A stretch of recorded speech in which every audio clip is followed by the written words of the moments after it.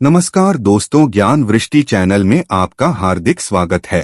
एक समय की बात है, माता पार्वती स्नान करके भगवान शिव के पास जाती है और कहती हैं कि हे प्रभु, मेरे मन में एक प्रश्न उठ रहा है, अगर आपकी आज्ञा हो तो वह प्रश्न मैं आपसे पूछ सकती हूँ। भगवान भोलेनाथ मुस्कुराते हुए बोले, हे देवी, आपके मन में जो भी शंका है आप उसे निसंकोच होकर पूछ सकती है। माता पार्वती कहती है कि हे स्वामी, मेरे मन में यह प्रश्न है कि जो स्त्रियां पति से पहले भोजन कर लेती है, यह पति के साथ भोजन करती है, इसका उसे कौन सा पाप लगता है? कृपा करके मेरे इस प्रश्न का निवारण करें। भोलेनाथ मुस्कुराते हुए कहते हैं कि हे देवी, इस प्रश्न का उत्तर सब मनुष्य का कल्याण करेगा। आपने एक उत्तम प्रश्न पूछा है। मैं आपके इस प्रश्न का उत्तर एक प्राचीन कथा के माध्यम से दूंगा। जो मनुष्य इस कथा को पूरा सुनेगा वह समस्त पापों से मुक्त हो जाएगा और उसे धन धान्य की प्राप्ति होगी। देवी पार्वती, कृपा करके आप इस कथा को ध्यानपूर्वक सुने।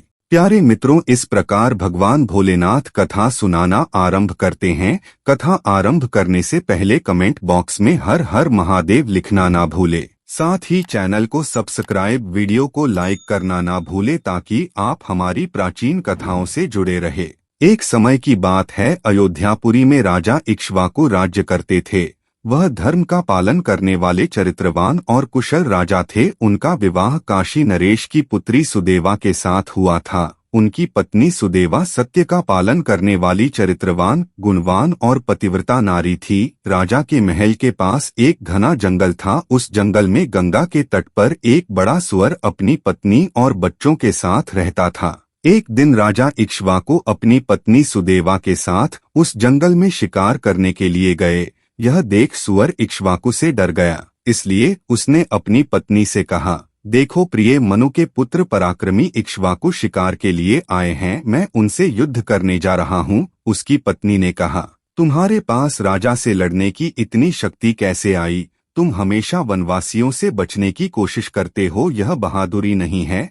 सुअर बोला, मेरी प्रिय, यह इसलिए है कि अगर मैं राजा से बहादुरी से लड़ूं और वीरता पूर्वक मृत्यु प्राप्त करूं तो मैं स्वर्ग जा सकता हूं। पत्नी ने अपने पति को उसके प्रयास से रोकने की पूरी कोशिश की। सुअर के बच्चों ने भी उसे रोकने की कोशिश की। वे उसका मन नहीं बदल सके, इसलिए उन सभी ने उसकी लड़ाई में यथासंभव उसकी मदद करने का फैसला लिया। वे इक्ष्वाकु और उसकी सेना के विरुद्ध युद्ध के लिए तैयार हो गए। राजा की सेना ने सुअरों की तैयारी और उनके दृढ़ रुख से भयभीत होकर उन्होंने इक्ष्वाकु को इसकी सूचना दी।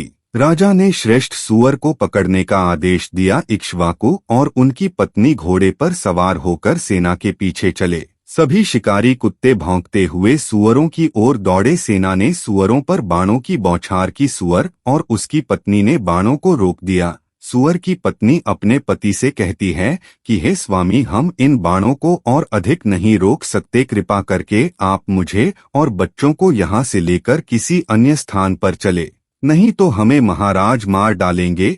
सुअर अपनी पत्नी की यह सब बातें सुनकर कहता है कि हे प्रिय, दो शेरों के बीच सुअर पानी पी सकता है, परंतु दो सुअरों के बीच शेर पानी नहीं पी सकता, इसलिए तुम कृपा करके बच्चों को लेकर यहाँ से किसी अन्य स्थान पर चली जाओ। इस प्रकार महाराज की सेना सुअरों को हरा नहीं सकी। अंत में राजा ने अपने सैनिकों को मरता हुआ देखकर अपने धनुष बाण से तीर निकाला, जो तीव्र गति से सुअर के शरीर को भेदता हुआ सुअर के शरीर में घुस जाता है और सुअर उसी समय प्राण त्याग देता है। राजा के देखते देखते वह श्रेष्ठ सुअर चार भुजाओं और दिव्य वस्त्रों और आभूषणों से युक्त एक श्रेष्ठ गंधर्व में बदल गया।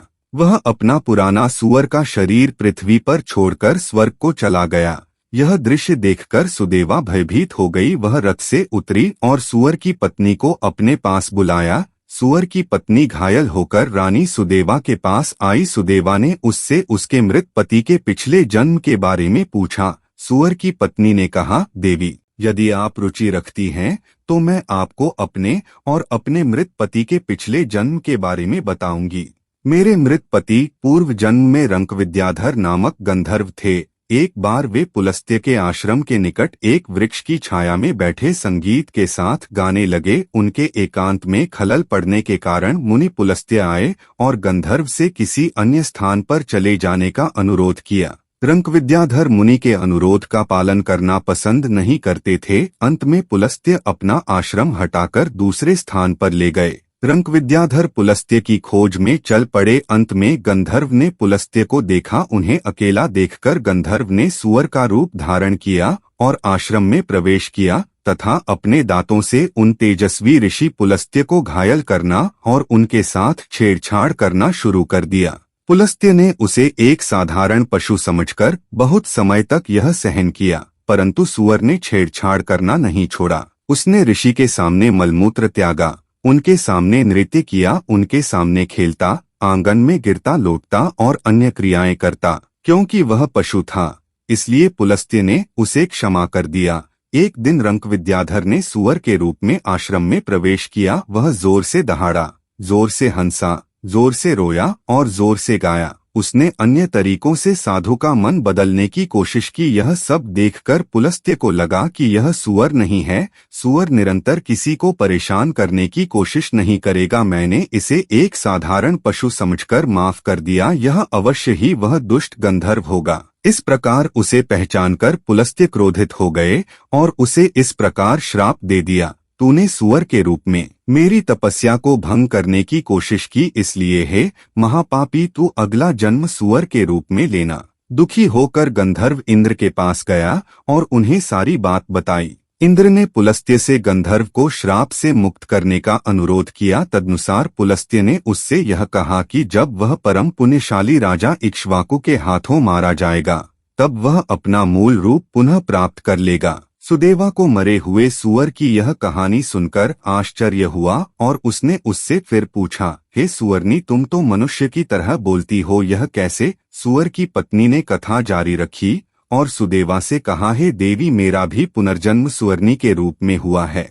पूर्वजन्म में मैं कलिंग के श्रीपुर नगर में वसुदत्त नामक ब्राह्मण की पुत्री थी। उन्होंने मेरा नाम माया रखा। पिता के अत्याधिक लाड़ प्यार के कारण मैं अभिमानी हो गई। इसी बीच माधव नामक एक ब्राह्मण युवक, जो सभी विद्याओं में पारंगत था तथा जिसके माता पिता मर चुके थे, वह एक दिन मेरे घर आया। मेरे पिता ने मुझे उस ब्राह्मण को विवाह के उपरांत उसे सौंप दिया। मैं उसके साथ अपने पिता के ही घर में रहने लगी। माता पिता के धन वैभव के अभिमान में मैंने अपने पति की सेवा करना उचित नहीं समझा। मेरे पति, जो एक शांतचित्त व्यक्ति थे, उन्होंने यह सब कुछ चुपचाप सह लिया। धीरे धीरे मैं दुष्ट बन गई। अपने पति को नाम लेकर बुलाती, उनका अपमान करती, अपने पति से पहले ही भोजन खा लेती और अपने पति से ही अपने लिए भोजन परोसवाती थी। अंत में मेरी दुष्टता और अनैतिकता के कारण मेरे पति ने मुझे छोड़ दिया। मेरे पिता मुझसे घृणा करते थे। मेरे पिता कहते थे कि हमारी पुत्री में ही कोई दोष होगा जो हमारे जमाता उसे छोड़कर चले गए। मेरी पुत्री ही कुल का नाश करने वाली है। मेरे पिता मेरे बारे में यह सब सोचते थे। इसी कारण वश उन्होंने मुझे घर से निकाल दिया। मेरे पिता को डर था कि कहीं कोई अनर्थ न हो जाए। पिता के घर में रहने वाली कन्या को कभी भी विवाह के बाद पिता के घर में नहीं रहना चाहिए। पिता के घर में रहने से वह दुराचारणी बन जाती है और अपने पति की सेवा नहीं करती, इसलिए उसे विवाह के पश्चात केवल अपने पति के घर में ही रहना चाहिए। माया की माता अपने पति से कहती है, आपको अपनी कन्या का त्याग कर देना चाहिए, आपको इसी समय इसे अपने पति के घर भेज देना चाहिए। मेरी माता की इस प्रकार बात सुनकर मेरे पिताजी बोले, हे दुष्टा, तेरे ही कारण मेरे कुल पर कलंक लगा है। तू इसी समय अपने पति के घर चली जा। अगर तू अपने पति के घर नहीं जाना चाहती तो किसी अन्य स्थान पर चली जा। अपने पिताजी की बातें सुनकर मैं अत्यंत दुखी होकर घर से बाहर चली गई। घर से बाहर जाने पर मुझे गांव वाले भला बुरा कहने लगे कि यह दुष्टा पापिनी अपने कुल का नाश करने वाली स्त्री है। फिर एक दिन में जंगल में जाकर एक कुटिया में रहने लगी और अपने जीवन व्यापन के लिए भिक्षा मांगने लगी। फिर एक दिन में इस जंगल में एक कुटिया के सामने आकर खड़ी हो गई और भिक्षा मांगने लगी। तभी उस कुटिया से एक स्त्री बाहर निकलती है और मुझे देखकर अपने पति से कहती है, कि हे स्वामी, एक दुखियारी दुबली पतली स्त्री हमारी कुटिया के बाहर भिक्षा मांग रही है। यह सब बातें सुनकर उस स्त्री का पति बाहर आता है। तब वह देखती है कि यह तो मेरा ब्राह्मण पति ही है जिसने मेरा त्याग कर दिया था, परंतु वह ब्राह्मण अपनी दूसरी पत्नी से कहता है कि यह तो मेरी पहली पत्नी है, यह मुझे अधिक प्रिय है, इसे तुम कुटिया के अंदर लेकर आओ और इसका आदर सत्कार करो। फिर उस स्त्री ने मुझे कुटिया के अंदर ले जाकर अच्छे वस्त्र पहनने को दिए और मुझे अच्छे से अच्छा भोजन खिलाया। यह सब देखकर मैं अपने स्वभाव और उसके स्वभाव में अंतर करने लगी और मेरे अधिक सोचने के कारण मेरा हृदय फट गया और मेरी उसी क्षण मृत्यु हो गई। यम के दूत मुझे उसी क्षण लेने के लिए आते हैं और मुझे यमराज के सामने ले जाकर खड़ा कर देते हैं। गुप्तचर मेरे पापों का लेखा जोखा देखकर कहते हैं कि हे धर्मराज, यह तो एक पापिनी स्त्री है। इसने कभी भी अपने पति का सम्मान नहीं किया, हमेशा यह उससे पहले ही भोजन खा लेती, उसका अपमान करती, उसे नाम लेकर बुलाती और उससे भोजन भी परोसवाती थी। धर्मराज गुप्तचर की सारी बातें सुनकर यमदूतों को आदेश देते हैं कि इस पापिनी स्त्री को नरकों में डाल दो। यमदूत मुझे नरकों में यातनाएं झेलने के लिए डाल देते हैं। वह मुझे जलते हुए अंगारों पर फेंक देते हैं और गर्म तेल के कुओं में डालते हैं। इस प्रकार हजारों वर्षों तक नरकों की सजा भुगतने के बाद मुझे यह सुवर्णी का जन्म मिला। हे महारानी, मैंने आपको अपने पूर्व जन्म का वृतांत सुना दिया। कृपा करके आप मुझे इस जन्म से मुक्ति दिला दो, क्योंकि आप एक पतिव्रता नारी है। आपने अपने पति की बहुत सेवा की है, इसलिए कृपा करके आप अपना थोड़ा सा मुझे पुण्य प्रदान करें। सुदेवा की आंखें भर आईं जब उसने सुवर्णी की कहानी सुनी। उसने 1 साल के अच्छे कर्मों का फल उस सुवर्णी को दे दिया। सुवर्णी एक दिव्य स्त्री में बदल गई जो जवान और सुंदर थी। उसी समय एक दिव्य रथ स्वर्ग से उतरा और उस दिव्य स्त्री को स्वर्ग ले गया। इक्ष्वाकु और सुदेवा उस सुवर्णी के उद्धार से बहुत प्रसन्न हुए और अपने महल लौट आए। भगवान भोलेनाथ कहते हैं कि हे देवी पार्वती, आपको इस कथा के माध्यम से अपने सभी प्रश्नों के उत्तर मिल गए होंगे। देवी पार्वती भगवान भोलेनाथ का धन्यवाद करती है। तो प्यारे मित्रों, आपको हमारी यह प्राचीन कथा कैसी लगी हमें कमेंट बॉक्स में जरूर बताएं। साथ ही चैनल को सब्सक्राइब, वीडियो को लाइक और वीडियो को अपने मित्रों में शेयर करना ना भूलें।